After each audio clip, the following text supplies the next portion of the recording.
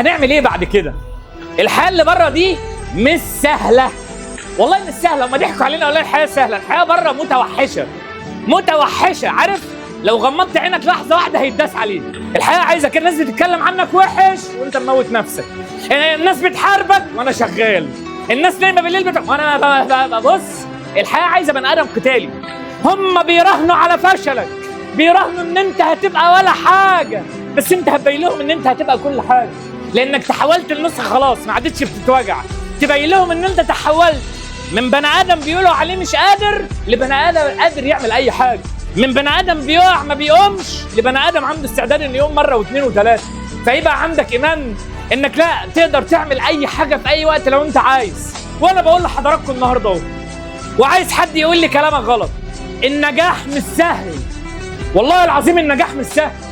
النجاح صعب جدا، وطريق النجاح صعب جدا، وهيقابلك عقبات، والناس هتقف تمنعك انك تمر فيه، وهيعدي عليك ايام خلاص ما انتش قادر.